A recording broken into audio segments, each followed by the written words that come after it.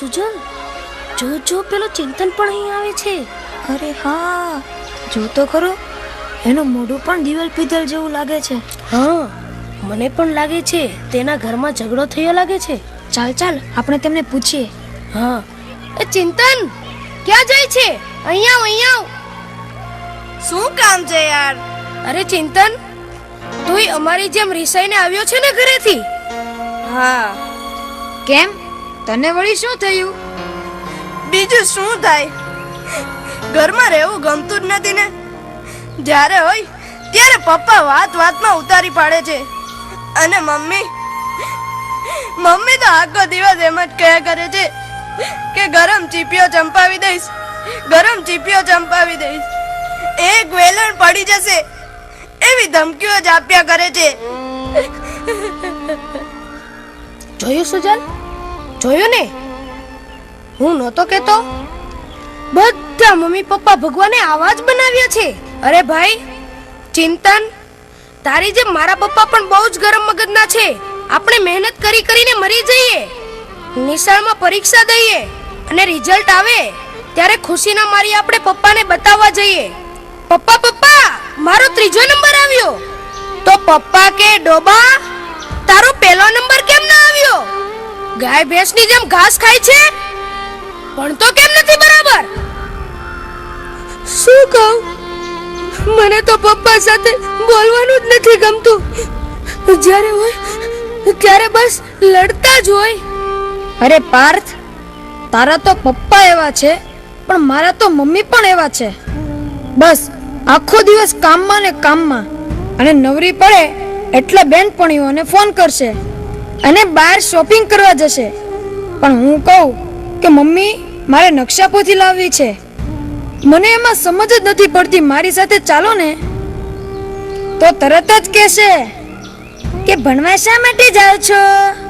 ભણવાનું તારે છે કે મારે? ડોબા, હું નથી આવતી તારી સાથે, લે આ 10 રૂપિયા લઈ આવ તારી જાતે. ને પછી આપણે કંઈક લાવવામાં ભૂલ થઈ ગઈ અને પછી ટીચરની ફરિયાદ આવી અને તરત જ આપણને પપ્પા પાસે ધરી દેશે કે લો આ તમારો હીરો સ્કૂલમાં લોચા મારીને આવ્યો છે. અને પછી પપ્પા જાણ્યા સાંભળ્યા વગર બસ મને ડીબવાનું જ ચાલુ કરી દે. મને પણ એ જ સમજાતું નથી કે આમાં આપણો વાંક શું છે. આપણો શું વાંક? આપણો વાંક એટલો જ કે આપણે બાળક છીએ.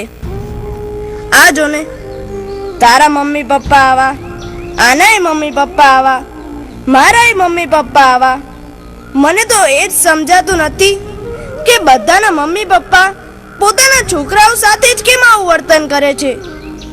વાર્તાઓમાં આવે છે એવું વાલ કેમ નથી કરતા? એ ચિંતન, એક વાત કહું, મેં એક વાર્તા સાંભળેલી. એક ધમાલિયો છોકરો હતો, પણ એના પપ્પા મમ્મી એને બહુ પ્રેમથી સમજાવતા હતા. એના માટે સરસ મજાની બોધ કથાઓ લઈ આવે, એની સાથે બેસીને વાંચે, એને સમજાવે, એને પ્રેમ આપે, હૂંફ આપે, જાત જાતની વાતો શીખવાડે અને જાત જાતની રમતો રમાડે. અને પરિણામે એ બાળક ધીરે ધીરે આગળ વધવા લાગ્યો અને પછી એ બહુ મોટો માણસ બની ગયો. મને તો એમ થાય છે કે આપણા નસીબમાં આવા મમ્મી પપ્પા કેમ નથી? શું આપણને આવો પ્રેમ ક્યારેય નહીં મળે? મળશે, જરૂર મળશે, પણ આપણને નહીં, પેલા પાલતુ કૂતરાને. ડોગી, મારો પ્યારો ટોમી આવી ગયો. યુ બહુ સ્વીટ છે, કેટલો ક્યુટ લાગે છે આજે મારો ટોમી. મને જોઈને પૂંછડી પટપટાવ્યા કરે છે. એ વેરી ગુડ. ભૂલી જ ગયો, તને બ્રેકફાસ્ટ આપવાનું તો ભૂલી જ ગયો છું. લે બિસ્કિટ કા. વાહ, કેવા પ્રેમથી બિસ્કિટ ખાય છે મારો ટોમી, મારો ડોગી. યુ કેવો મસ્તીથી પૂંછડી પટપટાવે છે. વાહ વાહ વાહ વાહ મને એમ લાગે છે કે તને પૂંછડી પટપટાવતા જોઈને હું પણ પટપટાવું એટલે પૂંછડી નહીં, મારે ક્યાં પૂંછડી છે. મારો ડોગી, મારો સ્વીટુ. બહુ સાચું કીધું હો તે. આ જોને કૂતરાને રમાડે, જમાડે, નવરાવે, ફરવા લઈ જાય, પણ દીકરાને ખખડાવી નાખે, મારે, ધમકાવે. અલ્યા છોકરાઓ, શું કરો છો? આટા ફેરાને આશીર્વાદ, બરાબર ને? ના રખડવા સિવાય કઈ ધંધો છે તમારે? પપ્પા, આ કૂતરાઓ તમને બહુ ગમે છે નહીં? અરે હા, તે ગમે જ ને, પણ તને શું થાય છે એમાં? પણ મને તો એમ થાય છે કે આ કૂતરાઓની ગળચી દબાવી દઉં. કેમ? કારણ કે અમારા કરતા તો કૂતરાઓ નસીબદાર છે. તમારા કરતા કૂતરા નસીબદાર એ વાળી કેવી રીતે? તો શું કહું બીજું? મને નથી મળતો એટલો તમારો પ્રેમ આ કૂતરાઓને મળે છે.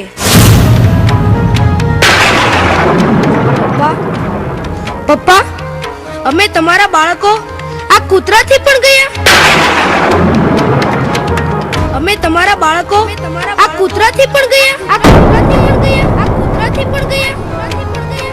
પપ્પા, જવાબ આપો પપ્પા. કેમ કઈ બોલતા નથી? આ કૂતરાઓ જેટલો પણ હું તમને વાલો છું પપ્પા, કેમ કઈ બોલતા નથી? મોટા થઈને જો મારે પણ આવા જ પપ્પા થવાનું હોય તો મારે મોટા થવું જ નથી પપ્પા. મારે મોટા થવું જ નથી.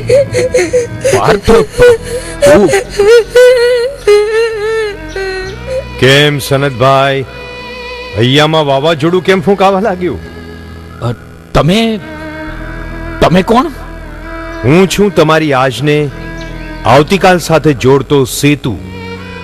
મને જવાબ આપો સનતભાઈ, તમારું બાળક રખડપટ્ટીને રવાડે કેમ ચડી ગયું છે અને તમારા જ ઘરમાં રહેતા અબોલ પશુ પર ગુસ્સો કેમ ચડે છે? મને તો કાંઈ સમજાતું નથી. બાળકની સંવેદનશીલતાને જ્યાં ધક્કો પહોંચે છે ત્યાં તે જ ઘરમાં આવા જ પરિણામો જોવા મળે છે. સનતભાઈ, તમારા બાળક માટે તમે સમય નહીં કાઢો તો બીજું કોણ કાઢશે તે વિચાર કર્યો છે? બહુ વિચાર માંગી લે એવી વાત છે. હા તો વળી વિચારો. પાર્થ કૂતરાને ઘરમાંથી હાંકી કાઢવાની વાત કરે છે. શા માટે? બાળકને મન માતા પિતા જ એનું વિશ્વ છે, સર્વસ્વ છે. જ્યારે એનું પોતાનું સર્વસ્વ છીનવાઈ જતું લાગે ત્યારે એનું મન બગાવત પોકારે છે. આજે તમારા ને બાળક વચ્ચે જે નાની ગેપ પડી છે ને, તે આગળ જતા ભારે ખમ ગેપ બની જશે. પછી એ માતા પિતાની એકે વાત નહીં માને, નહીં સમજે. એવું ક્યારેય નહીં બની શકે. પણ આ જ એક વરવું સત્ય છે કે જો બાળક માતા પિતાને ધિક્કારતો થઈ જશે તો કુમાર્ગે, કુસંગના છંદે ચડી જશે. કુટુંબથી છૂટો પડીને એકલવાયો થઈને દુનિયાની અંધારી ગર્તામાં ધકેલાઈ જશે અને અજાણતામાં માતા પિતા સ્વયં એ પાપના ભાગીદાર બની જશે. બસ બંધ કરો તમારી વાત. તો પછી પ્રતિજ્ઞા લો કે અમે બાળકને સમય આપીશું, પ્રોત્સાહન આપીશું, એની ઉપેક્ષા નહીં કરીએ, પણ એના અસ્તિત્વને પળે પળે વધાવીશું. એના માટે તો હું આજથી જ પ્રતિજ્ઞાબદ્ધ થાઉં છું. તો તમારું ભવિષ્ય ઉજ્જવળ જ બનશે, કારણ કે તમારી યાદ સુધારે આવતીકાલ.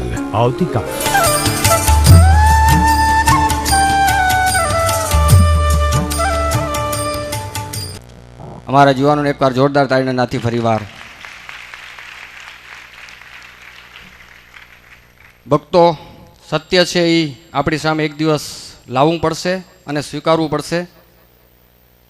આજના દિવસે જ અમે વાતો આવી શું કામ કરીએ છીએ? જે પિતાઓ કદાચ બની ચૂક્યા, વડીલો થઈ ગયા, એ પસ્તાય છે, પણ આવતીકાલ અમારા કચ્છરી નનાડે જો પણ કોઈ પણ જુવાન ન પસ્તાય એવો પૂજ્ય માન સ્વામીનો સંકલ્પ છે.